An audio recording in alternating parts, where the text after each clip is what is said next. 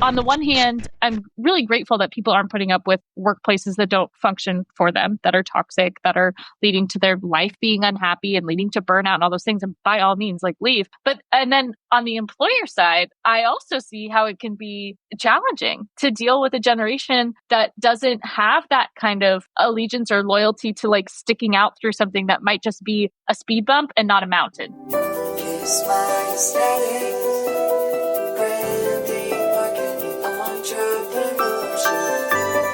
Greetings and welcome back to the Kiss My Aesthetic podcast. It's a client case study kind of interview today. And we have Kim here from BloomRDH. Hi, Kim. Hi, thanks so much for having me. I must say, I've been on a lot of podcasts, but this is my first non-dental related podcast. So I'm excited to be here. Oh, okay. Yay. So she's a pro. She knows what she's doing here. But for anyone who doesn't know you or doesn't know BloomRDH yet, can you tell us who you are and what you do and who you help? Yes. So I'm Kim, as you said, and I help newly graduated dental hygienists transition from the school setting into the professional setting confidently and so that they don't feel alone as you leave that, close-knit feeling of school and then you enter into an office where you may feel lost and alone. And I think you've done this beautifully and now even more beautifully with the recent upgrade with the branding, which we'll get into.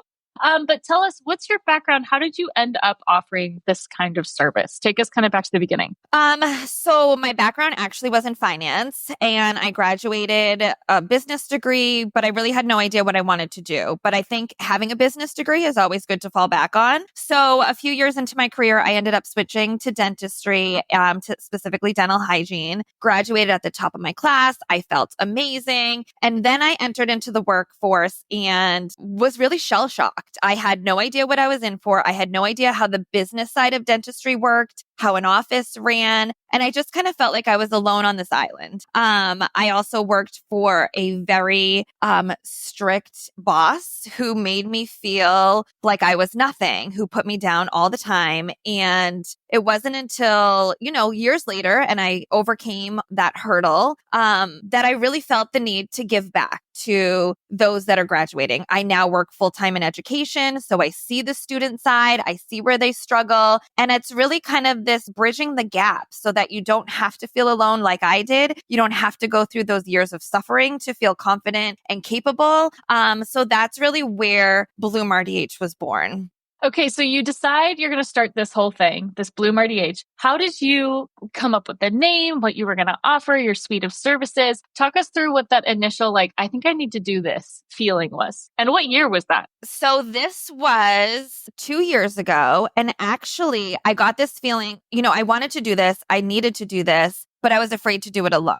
So I actually started with two friends, a friend and a colleague. We started a business together. And it's really hard to go into a business with three different brains, three different ideas. And it was probably 9 months into that I realized it wasn't for me and I pulled away on my own. So I really wanted my niche and focus to be specifically on new grads. So that's kind of where my business was born. I loved Bloom because you're blooming into a professional. I loved flowers and just that whole, how it signifies your growth over time. And, that's kind of, the journey of where the past 2 years now have led me. Yeah. And what services did you start with just kind of right off the bat? So I know you've got like a slew of different offerings. Yes. Let's walk through the whole offer suite and which one Yes. Came most naturally to you. Which one were you most excited about? What things have you tried that maybe are not included anymore? Talk us through that part of it, because that's the cutting your teeth on entrepreneurship part that people don't always get to see. Right. So I started specifically with one-on-one coaching and quickly realized there wasn't enough of me to go around to everybody that needed it, nor did I know how to get myself to everybody that may need it. So that was number one, but I still offer it. I offer it in a small amount to those who really need it. But then just from trial and error and feedback is one, this generation of who my target audience is, which is those just graduating who are younger. They love the on-demand learning. And I realized that in teaching is my students want everything recorded. They want it on demand so that they can listen in their car or they can listen when is the right time for them. So that's then when I I started to record different on-demand options. So I have a full on-demand suite course that takes you through, 30 different lessons from when you graduate to how to find the right job and so forth to, some smaller options, which I just came out with, a new grad survival guide, which is an interactive book that they can do on their own. It comes with different worksheets to fill out, chair-side resources that they can use, and that they can just have as their own resource on the side. And then I also offer group mentorship. I think, we take for granted that sorority-like feeling in dental hygiene school, how close we are with our classmates.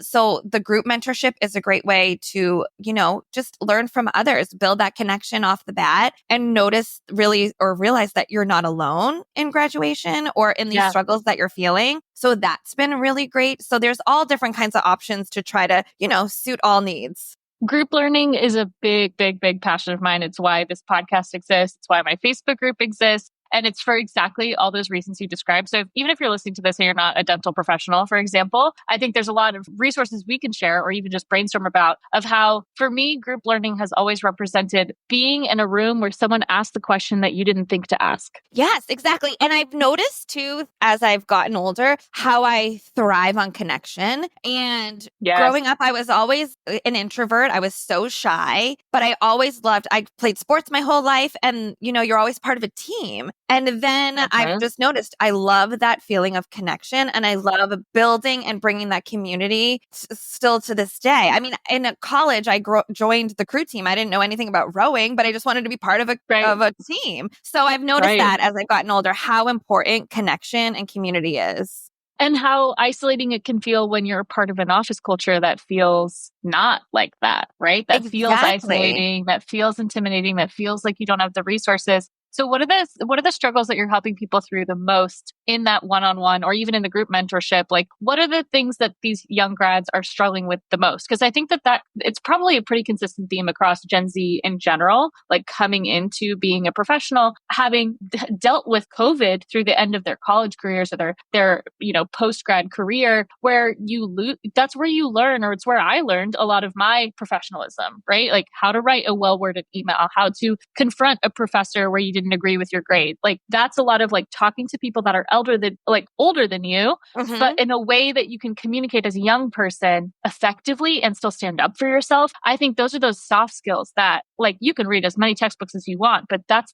and the networking aspect, like those are the real skills that I think translate most naturally to the professional world. So when you're dealing with someone who's coming in, went to dental school, someone like yourself, top of their class, super like on it, what are they struggling with the most in that transition? Confidence, which is crazy because you would think that someone at the top of their class is confident and put together. But when you take yourself out of that element and you put yourself into, this environment that you are not familiar with, specifically if you didn't come from a dental background, and you start to think, am I being treated fairly? Am I being paid how I should be paid? Is this what every office is like? How do I approach those conversations with the doctor? So one-on-one is usually working up to those tough conversations and then figuring out if the dental office that they're working for is the right fit. And for those of you that aren't familiar with dentistry and you just trust when you walk in the door that everything is great, every office is so different and not every office treats patients ethically. And I think that's a really big struggle for a new grad where you come out and you have this wealth of knowledge and you're so excited to share it. And then you start to think, well, wait a minute, this is how it really is in the real world. So that's a lot of the one-on-one is building that confidence and, approaching the doctor and say, I really don't appreciate the way you spoke to me in front of that patient. That wasn't right. If there is something that feedback that you would like to give me or something that you think I could improve on, let's schedule a time, not in front of a patient so that we can have that conversation. And just because you're new, you're still a licensed professional. You still are deserved to be treated with respect. So it's a lot of working through that confidence in the one-on-one. There is also a lot of how to time manage as we come into the real world. People probably also don't realize when you're in hygiene school, you treat a patient for 4 hours and then you transition into private practice and hopefully you have an hour with your patient, but there's so much that you have to get done. So not to go into too much of the dental jargon, but it's a lot of that time management and how to navigate that time now to make it effective for you and your patient. but all themes that you deal with for anyone coming out of their professional training into the actual real world is like there is that kind of lack of experience of like you don't know how to send a strongly worded email to a client until you've had to send a strongly worded email to a client. You know what I mean? Like, or how to deal with a project that goes sideways or a missed deadline or showing up and collaborating with people in a way that you've not collaborated with people like that before. Like, it's such an interesting thing, but I love that you're kind of helping to bridge that gap. So now you're 2 years in. You and I think, have kind of crossed paths with each other through Dental Hygiene Nation. Yes, we have. Dental Hygiene Nation. But how did you realize it was time to level up? How did you know that it was time to be like, I want to bring this, into a new era? So like year one of my business, I think, was building me up and making sure that, I was where I needed to be to confidently, I mean, who doesn't deal with imposter syndrome no matter where you're at in your career, right? So, and then year two, it's like, now I need to focus on my business. And I thought I loved what I had. And then I was like, it just needs more. And then I realized it just needed a complete change. And I couldn't be more excited with how it looks now. It's night and day and it's wonderful. And I think it just really encompasses everything that my brand has to offer. Oh, I love the sound of that. That sounds amazing. So let's go to the point that you just made. So like you had stuff, you had DIY'd with Canva, right? A lot of your graphics and come across a logo. And as I told you when we talked about it, I was like, the essence of what you're going for, I can see what you're going for. And then I think it was when I actually was able to dig in and like design this new concept, which was a deviation from what you had, but was more aligned with your audience and your goals and your other things. I was like, oh, this is why the old logo doesn't work. Like it clicked for me after. Yeah. And then I put it in the presentation and you were like, oh my gosh, I never saw it like that until now. Exactly. And it's still, I thought I was so attached. And then as you explained it in the presentation, and then I played it for everybody I know, they're like, oh my God, that makes so much sense. Right. So obviously this is a podcast. So if you're listening audio format, we're going to try our best to describe it to you. But on YouTube, we'll try to put up the two side by side. So the old logo, talk to me about how you picked it or what you were thinking when you were selecting the elements of the old branding. So I love lotus. I don't know. So I was like, let's take a lotus and it's blooming with a tooth coming out of it because what does the lotus? Like it comes from mud or something, right? So you come and you bloom and you're a hygienist. So that I just was like, okay, that works. But then as you described it and, you said it's really zen and it doesn't have this, transformation to it. It just made so much more sense of why that didn't work. And then also that there's your old logo had like a very distinct, like thin line, tapered line style illustration, which was very yoga tattoo studio style, massage, tattoo style, like massage, like kind of like you're saying, like this very zen idea, which what you're doing is you're helping them feel more calm. Definitely. That's part of the business. But I think what was lacking from that was like a confidence of then like when something is coming from black and white and coming into color, right? Like we're like, but now I'm here and now I've arrived and now I feel confident and now I'm blooming into this space. And I think we got to have so much fun with the new aesthetic being a little bit more bubbly and young and exciting and fresh but still professional. Like I think there's still that level of like finesse to it that feels like, okay, this looks like a brand that I would spend money on. Like a Glossier is like a brand that I think, or Poppy sodas, like kind of in that sphere, playing in that visual style, which is like my favorite visual style, of course. It's like, that's very much our agency's specialty. But I think what's pulled together now is something that communicates the mission of what you're trying to do in a visual way, regardless of like just having to slap the logo on everything, but with the colors, with the fonts, with the styles, like there's just this cohesive presentation that feels like there's a lot of room for you to like, to use another analogy, like grow into it, right? What was your friends and family's reaction to the video presentation? Love it. Everybody loved it. I mean, it's just, you have that creative brain, I feel like, to just pull it all together. I definitely don't have that. So to see it pulled in a way, I mean, my mom just can't stop talking about it. So, oh my gosh. I love that. Yes. That's what's been fun about working with Dental Hygiene Nation too, is like Caitlin has given our team a lot of like creative reign in pulling forward ideas and kind of elevating it to the place that we know that the brand could be. And I think I see that with your brand as well, right? It's like, now that we have all these assets, I love that you're immediately already using the social templates. Like you are on it. You're like, I Yeah. feel so ready to go now because I've got so much to play with. I have so many tools in my tool chest, right? So how has it been kind of now we're not even to the full implementation phase because we're still working on website and other things, but Everything. how have Yeah. you found using the new things compared to how you were using the old branding? I will say at first it's like overwhelming because you want to use everything and you want it to look perfect.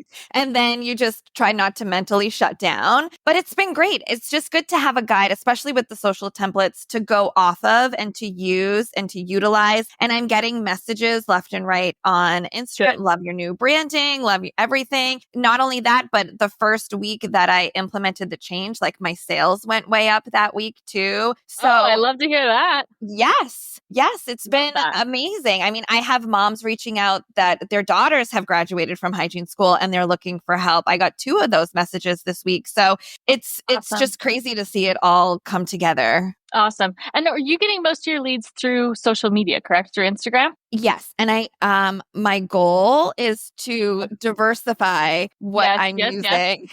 Of course. Because, it's Instagram, but there's not, a ton of new grads, but there's about 7,200 new dental hygienists a year. So that's a decent amount. So it's just how to find them and how to get to them. Yeah. And also we talked about this briefly in kind of the branding and the rebranding of your social media pages. Before we had talked, your profile had been Kim.BloomRDH. And my recommendation was to, if you're going to spend all this money on branding and build this brand, like build a company that could be outside of you, even though that you're the owner and you're the founder. And I've had so many of these conversations with Caitlin from Dental Hygiene Nation as well. It's like, what does the brand look like? What does it represent? Who does it represent? If it exists beyond just one person and one decision and one, like the quality being tied to one human being, right? How has that changed or shifted your perception of how your brand grows now on all the social platforms, Instagram included? I feel like it gives it a central business. It's not me. And I had always been BloomRDH. And then, you read all these things online because everything pops up and it's like, no, you need to have a name. They need to know who you are. But I don't really agree with that because people aren't coming necessarily to your services. Yes, they're coming for you, but they're also coming for what you offer and what other people have experienced through working with you. So it's not just me, but it is more of a brand. And I think by using just BloomRDH, it gives me more room to grow and pull in other people as well. Yes. And grow your team and build this brand in a way that someone maybe doesn't even know who Kim is, but can come to the website and check out on a resource and it can help them without interfacing with you at all. And I think as you're building that online education brand, you are the educator, but you're not necessarily the whole brand. And I think that there's a lot of conversations I've had with my friends in the creative community and in the marketing space of like, it's really difficult to run a personal brand. And I think this year specifically, and I think also with everything that happens online and like the overwhelm of information and the overwhelm of people feeling burnt out of being just absolutely inundated with content all the time, that people do step away from Instagram, right? Mm-hmm. And so if you do put your eggs all in that basket, like what does that start to look like as a business owners? It's like, I love hearing that you want to diversify. What sites do you have your eyes on next? Where are you thinking that you want to expand into? Well, I think I need to expand into TikTok. Even just taking, content I already have and expanding into there, because even just talking to my students in school, because they're my greatest resource to use, they are all on TikTok. So just at least using that platform, starting slow and, venturing into it. And then also I do have an email list and nurturing that more I need to do, especially I'm getting ready to travel with dental hygiene seminars, which Caitlin is, affiliated with that as well, and collecting all of their information and then nurturing those relationships from the get-go. Yeah, TikTok is so wonderful from a discoverability standpoint. I think TikTok gives you an organic discoverability that we have not seen on Instagram since 2016, 2017. Yes. And the reason for that also is because there's so much brand building in the comments section in TikTok, because you'll be watching the video and then reading the comments at the same time. And if there's any suggestion I could give you is that if you are on TikTok, definitely post, but spend as much time commenting and showing up and encouraging and representing your brand in the comments than you do on the posting side. Okay, that's good to know. Yes, thank you. Yeah. Of course. I want to go back to what you were saying about how you leverage your audience to inform how you evolve your content. So I think this is another thing that a lot of entrepreneurs struggle with is when you start, you're very close to this quote unquote source material, right? Like when you're new and you're fresh and you're hungry and you're doing everything for the first time and you're priced below market so you can build your client list and all these things. It's you know that the need is there because you're solving the need. As we tend to get more advanced in our knowledge and our prices are higher and we're older, honestly, we tend to get a little farther from our audience and a little farther from what they need and what they want and what's relevant to them. So as an educator who your graduating class is just going to keep staying younger and younger than you are, right? They are. like that's just kind of how the timing of that goes. How are you managing all of that and continuing to create and evolve your content so that, your course doesn't become outdated or your resources don't become null and void because they're not current anymore, right? A lot of what you're doing, I think, has a little bit more staying power than what people were asking me to do is they wanted me to make a course on branding or a course on social media marketing. And I'm like, that industry changes so fast. And to put all the information that I know I would want to put into it, by the time I release it, it might all not be functional. Yeah. I was like, what about a podcast instead? So that's how we ended up with the podcast. But like, I had people asking me forever to build a course and I couldn't wrap my head around it. So I'm curious how you are taking in that information from your students, from the people that you're helping, and then turning that into improving what you have as an offer. So I'm always looking for feedback. I don't think, you really can build anything without getting feedback from those that go through it or those that are looking for the information. And I also, a great way for me to get struggles of what new grads are going through is I do have a private Facebook group. And in order to get in, they have to put on there, what is your number one struggle? So I collecting all of that data too, and utilizing all of that to create my content. So, okay, I know that, you're still struggling with time management or you're still struggling with imposter syndrome. Just having those resources. But I would say my number one is really user feedback. What are you went through this course. Is it what didn't meet your expectations? Do you feel better now that you have this information and you have it for a lifetime after you purchase it? Or what do you wish it had? And if you do wish it had something else, where can I fit that in? Because now that you've already purchased the course, you still will get all of the updates or any changes to it through the platform that you purchased through. So just to make sure, because I can go back and listen to some of the first, videos that I recorded and put up and they're terrible. And then, slowly start to like pull this one out and let me re-record that. So it's constantly evolving because you don't want it to get stale. Right. So the feedback, are you doing the feedback? So you have it on one front, you have it in the entry to the Facebook group. Are you is this like an exit survey? Yes. Are you interviewing people? Okay. So exit survey, I'm trying to get some of our other clients to do this with the exit survey, or at least a yearly survey, right? Like at the end of the year, trying to figure out how to pull your audience. Because I think that's the other thing as brands grow and evolve, especially like the social nature of brands, is like how you let your most plugged in, like ideal customer, like your dream case study, how can you help them then influence the product that they would want to buy? And I think that's, you create kind of like a social capital in that, right? So an example would be like, I used to travel with this group called Wi-Fi Tribe, and they were like a digital nomad community. And everyone on the trips was an online entrepreneur. And for me, like paying the membership, I so badly wanted them to implement like any kind of perks for being there the longest, right? Because just like when you have a credit card and you have airline miles and the more you fly, the better the seats you get. I wanted to get like better rooms or better input on locations or priority booking over someone who just joined yesterday. Because there's that idea of like retention is always cheaper than recruitment. Yeah. Like keeping someone is always going to be, because if you naturally have people that want to stay invested in your business, you're going to get new people because they're going to be talking so positively about your business. That's the brag-worthy idea, right? What are your thoughts on that as far as like, because you are kind of helping people for this like shorter term of time, right? It's not a forever thing, hopefully, right? Like hopefully they have the confidence that they're able to move forward in their career.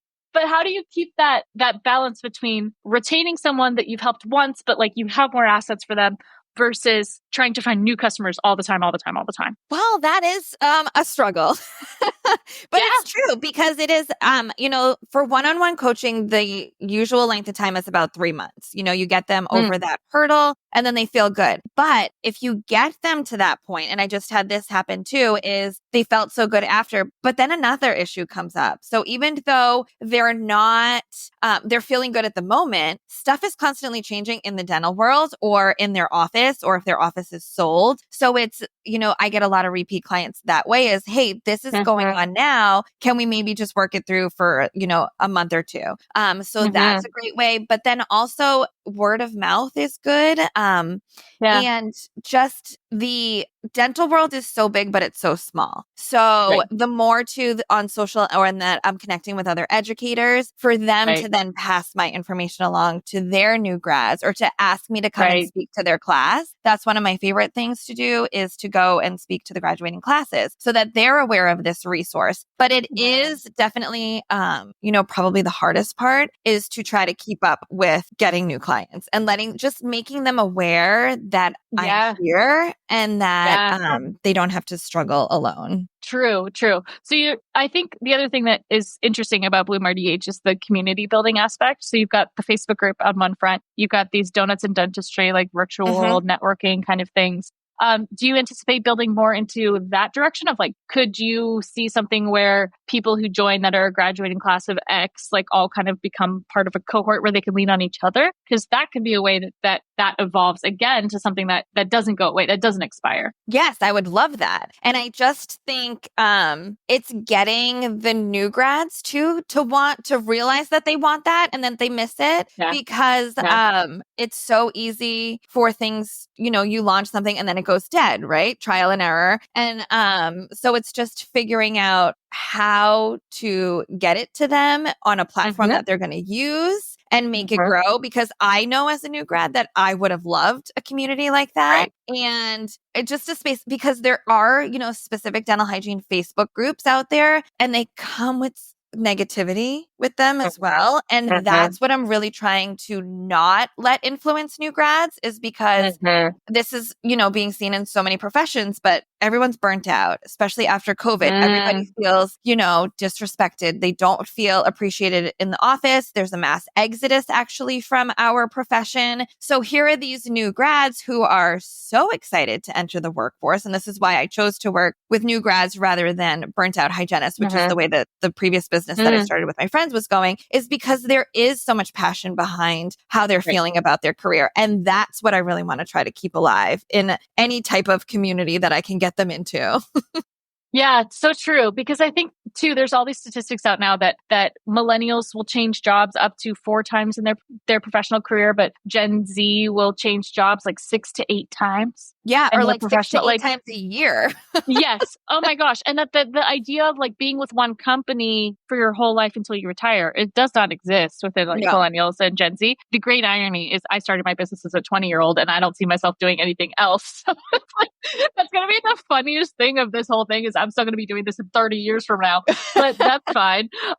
But I think it's really interesting. And I think there's pros and cons, right? Like I see a lot of, on the one hand, I'm really grateful that people aren't putting up with workplaces that don't function for them, that are toxic, that are leading to their life being unhappy and leading to burnout and all those things. And by all means, like leave. And then on the employer side, I also see how it can be challenging to deal with a generation that doesn't have that kind of allegiance or loyalty to like sticking out through something that might just be a speed bump and not a mountain. Do you see that a lot with the people you work with? Yes, I see it. Actually, I see it a lot working in education. And this is my 9th year in higher education. And the shift in our student body is this learner is so different from 9 years ago. And it's how do you break it down for them in a way that they need, because they're not going to put up with what everyone else has put up with for the most part, but there needs, especially with dentistry, there needs to be a shift in the workplace and how we're treated. And so I'm excited for this generation to hopefully, make this switch happen happen over time, hopefully across the board. But they are just, this generation is just so different from when I grew up. It is interesting to see. My younger sister is 10 years younger than me, and the contrast in our like perceptions of the world. She's also like an old soul, even though she's 21. Like she's since she was 7, like she's very similar to me in that we were both very entrepreneurial and very go-getter and very like first kid in class to raise their hand, like never an MVP. Like we weren't athletically talented at all, but like always coach's award. You know what I mean? Yeah. Like first kid in the gym, last kid to leave, always make sure the nets are put on straight, like played volleyball. So like we have that in common, and it's so interesting to see her perception of like how she sees her own professors. She's like, doesn't have, I think, nearly the like fear and or I don't want to say respect because she respects them. Yes. But there is not respect. It's just kind of like a, well, I know better than you kind of attitude. And I don't know if I was also like that at 21 because like maybe I just don't remember, but it's striking. And also I think it's because these kids got to have their phones in class all the time. Right. They got to have the whole world in the palm of their hand all the time. And I remember being in high school where like you were not allowed to have your phone out at all, period. If your phone was turned on in the classroom, it was going to be a problem. So it's crazy because I can't even imagine trying to be an educator now when you've got everyone has their laptop, everyone's got their phones, everyone's got their screens. Why the heck would they be plugged into what someone had to say? Right. And they're really not. And for me, I'm going to be 41 in a month. And in high school, we didn't even have cell phones. I got my first cell phone when I drove. So I grew up in a totally different way of thinking, even through college. Like social media was just rolling out when I was in college. And, you know, we had AOL and chat rooms and all of that stuff. But now I don't even think the students take notes when I'm lecturing. Like we were always there with our pens and we're writing everything down. And there is this want to have everything handed to you. And there isn't, unfortunately, and it's not from everybody, but there is that lack of respect or, you know, the word entitlement is there. And, again, it's not everybody, but it's way more than I ever saw 9 years ago. So it's interesting. And I'm very curious to see where we're going to go in the next 10 years. Same. Yeah. But I hope that, you know, in the dental world, we're seeing they don't want to work or they just, you know, you schedule to come in for a working interview and then you don't show up. So it's this ghosting. So my biggest thing is, you know, you are a professional and the way that you show up and present yourself is only going to help you in the long run. Don't burn bridges off the bat. It's just the dental world is small and you want to make sure, you know, this career has awarded me so many benefits that I want it to do the same for them. Yeah. And I think that there is that proof of concept, right? So it's like, I grew up 4 sisters with parents that were entrepreneurial, grandparents, aunt, sister, everybody's got their own business. And like the idea of carrying yourself, the way that you carry yourself dictates how someone might treat you. Like how you show up, how you are professional, the way that you speak, the way that you communicate, the way that you're timely, like all of that doesn't mean it should, but it could impact how you're treated. And I think that that's where we're starting to see kind of that stark difference. And it'll be really interesting. I think that's what I notice is the biggest generational divide. But also, like, on the other hand, it would be hard to be a 21-year-old and go to your job and then get on TikTok and see that someone's making $100,000 a month dancing. Yes, absolutely. I can't even imagine. Be difficult. Yes.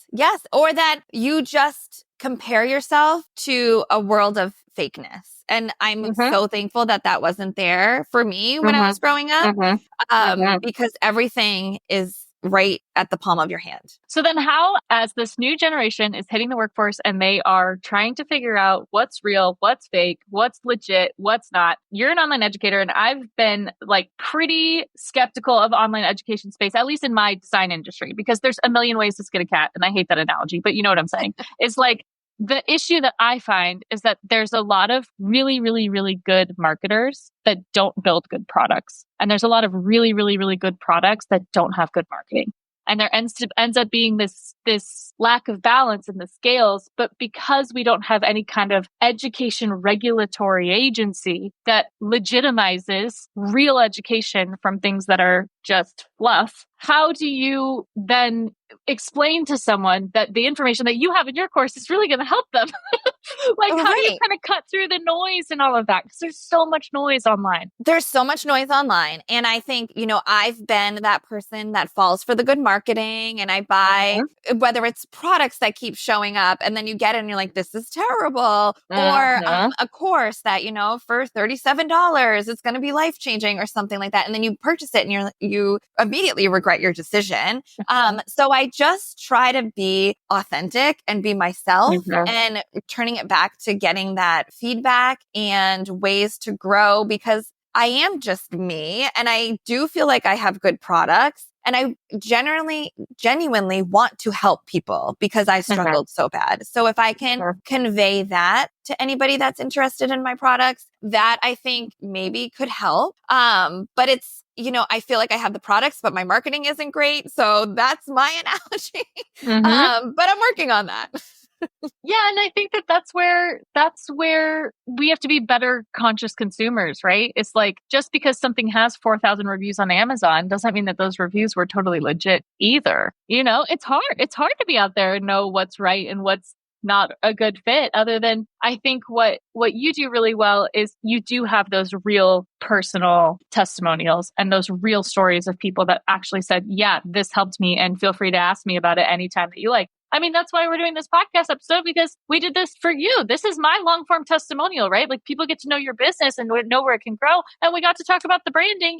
But this to me is a way more authentic way to show how I help my clients, more so than touting, we have 1,000 5-star reviews. Because who's authenticating that there are 1,000 5-star reviews? Right, exactly. But I am the person that no matter what I'm buying, I always go to the reviews first. I'm always, whether it's clothes or an Amazon product or a purchase. And that's why I try to keep my testimonials real people, real stories, and not just, I'm going to put something up fake and make it pretend to sound good so that people purchase. Right. Okay. So that's our advice to everyone. Read those reviews, man. Yeah. And if you're a business owner, get the reviews. Ask for the review. I was just going to say, and that's the other thing, is make sure you get those reviews because they do mean a lot. Right.